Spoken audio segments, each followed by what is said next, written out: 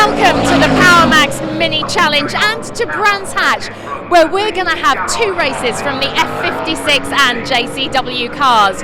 We'll also be heading over to Northamptonshire, where we'll have some Cooper class action for you from Rockingham.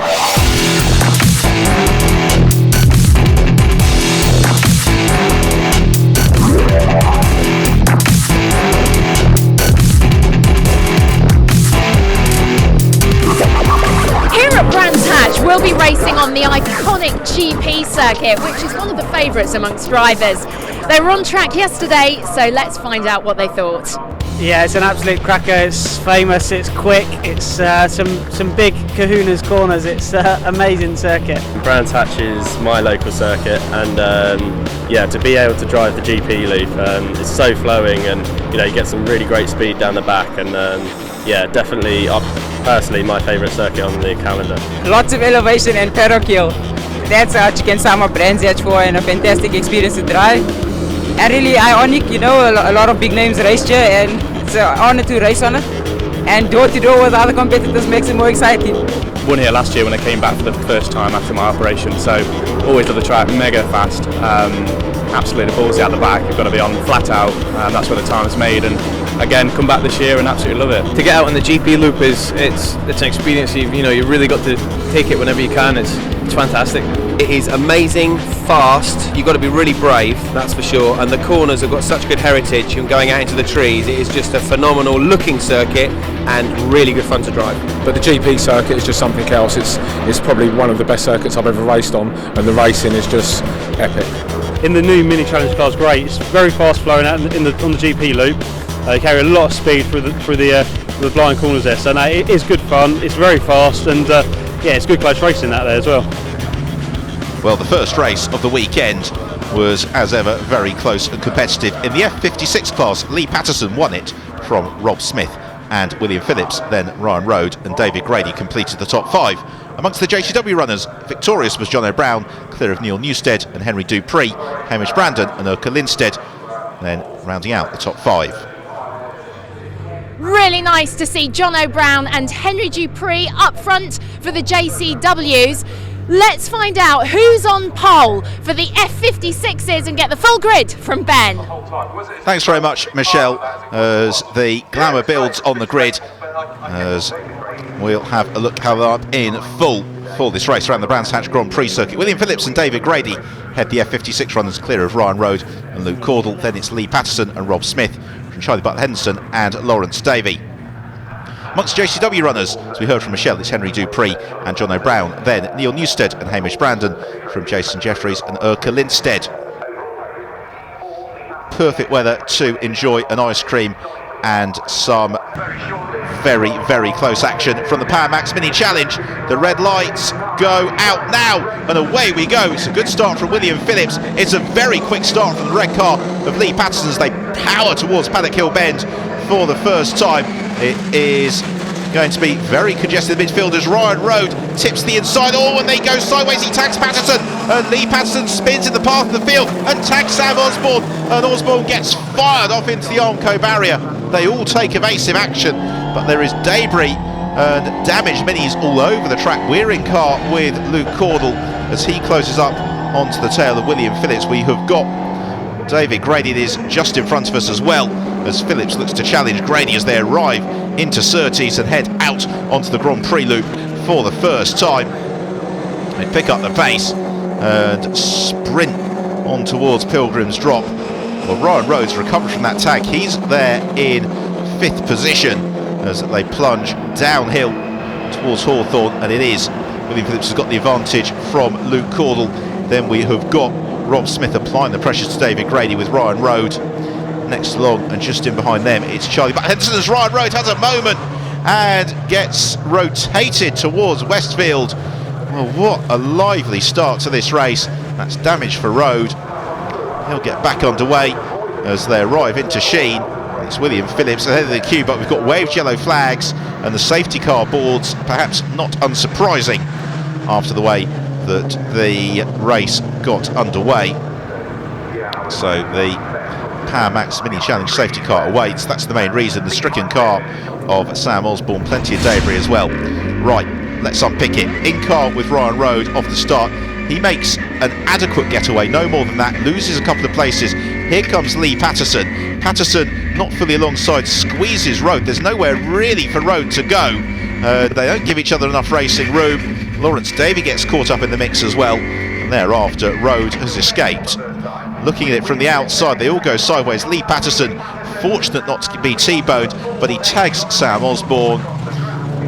The photographer sprints clear as Osborne clatters in to the barrier and also into the pits. That is Jono Brown, the head of the JCW class, and that is a smoking car for Brown. So unfortunately he is just about done.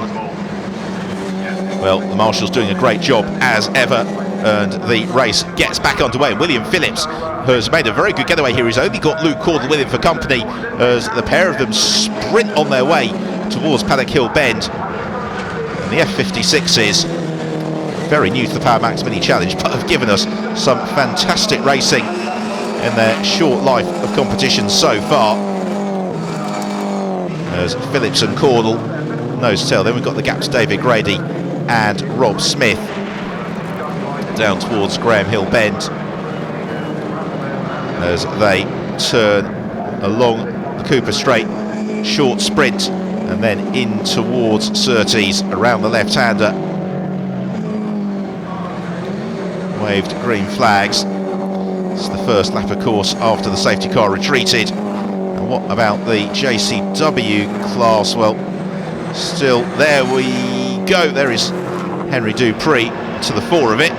It's Henry Dupree running well. He's got Hamish Brandon, though, in fairly close pursuit as Rob Smith pushes David Grady along. It means that they're all coming back onto terms with William Phillips as they turn through Westfield Bend, plunge down into Dingledale, then steeply uphill towards Sheen Curve.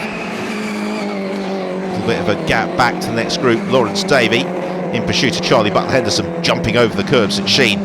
They arrive into the camp at left-hander at Stirling's. Oh, and that's lovely from Davey as he forces his way to the inside of Charlie Butler Henderson, who just maintains his place. They have got Harry Volkard as well, looking to close up onto their tail. Davey, still slightly pebble dash tyres after his lap one trip through the gravel trap, has benefited enormously from the safety car closing the field up again. The pack sprint through, and on the Brands Hatch Grand Prix circuit, Paddock Hill Bend, a very different proposition, very high speed entry as William Phillips runs wide through the gravel trap, and Luke Caudle's going to sneak through and take the advantage. And Phillips, well, just as I was saying about the high speed entry to Paddock Hill Bend, I suspect Phillips got caught out running out of road, and we're in car with Luke Caudle. Let's see what happens. Phillips on the brakes. Yeah, he takes a bite of curve, it tips the car sideways, and the instinct to correct the car fires it through the gravel trap. It was a tiny mistake, arguably disproportionately punished, as there is Ryan Rode continuing. It's just clear of Mark Stewart, turning through Druids. While William Phillips tries to reclaim the lead and elbows Luke Caudle aside, and Caudle will not be impressed about that because he loses out as well to David Grady and Rob Smith. And fond reminiscences of 2001, Luke Caudle and Lee Allen getting up to not dissimilar antics. But that was aggressive stuff from William Phillips, one would suggest. And Luke Caudle will be looking to fight back in fairly short order. It's David Grady in second place, Rob Smith in third. Here comes Lee Patterson to the inside of Henry Dupree. Dupree, of course, still the foremost JCW class runner. There's the second place car, Hamish Brandon, the fluorescent yellow wing mirrors. Patterson with all that damage incurred on that one, down on the pace that he would be wanting to display. Meanwhile, William Phillips has got this gaggle of cars in behind him as they close up on each other into Paddock Hill Bend. Rob Smith to the outside, Luke Caudle finds some space to the inside line as they climb uphill towards Druids, and Caudle tried to take David Grady. Well, that's brilliant from Luke Caudle to the inside of David Grady. There was barely any space, but Luke Caudle made it. That was a lovely, lovely pass, ultra clean stuff as well. And that was Power Max Mini Challenge racing at its very best. So now Luke Caudle, the boot on the other foot, in pursuit of William Phillips. Oh, and a little bit sideways for Rob Smith. Smith, though, plants his right foot. One of the nice things I think about these F56s is that they appear to have a little bit more power available to them than grip, and therefore an educated right foot comes to the fore. This is how it all was from Luke Caudle's perspective. Looks like he's out for a Sunday morning drive, doesn't it? Very smooth, sees the gap, go on then. Really impressive stuff that from Luke Caudle. And now Caudle onto terms with William Phillips as they climb into Sheen. Phillips flicks it sideways, oh, and around he goes. And Caudle takes evasive action, but into the gravel trap for William Phillips and out of the race. Well, he got caught out earlier on with that big bite of curve at Paddock Hill Bend. That time Sheen dispatches him to the gravel trap. Sideways, sideways, sideways. Luke Caudle goes, which way do I go? He goes around William Phillips, who winds up in the gravel trap. So for Luke Caudle, he leads the way ahead of David Grady as they accelerate through. The checker flag is ready and waiting, and it's victory at Brands Hatch in the Power Max Mini Challenge for Luke Caudle. Second place to David Grady and third to Rob Smith within the JCW class. It's going to be the win for Henry Dupree. Great drive from Dupree as he claims JCW honours. So let's have a look at the final results then, with Luke Caudle winning it from David Grady and Rob Smith. A fine fourth for Charlie Butler Henderson, clear of Lawrence Davey and Ben Spallock, and Harry Volkard in seventh. JCW runners then, Henry Dupree victorious from Hamish Brandon, Oka Lindstead, Neil Newstead and Kevin O'Connor. So podium time for Henry Dupree, and on to the top step of the rostrum. Handshakes and congratulations, and then an overjoyed Luke Caudle onto the top step of the podium. I think he thoroughly enjoyed that. A great performance from Caudle. Luke, you were fourth and then you ended up first. Great race. Yeah, a bit all over the place, that race. Definitely one of the best ones I've had in my career. We got up to the lead, got a bit of a tag from Phillips onto the loop, but that got the bit between my teeth and really made me pull it back. Got into the lead and just held it.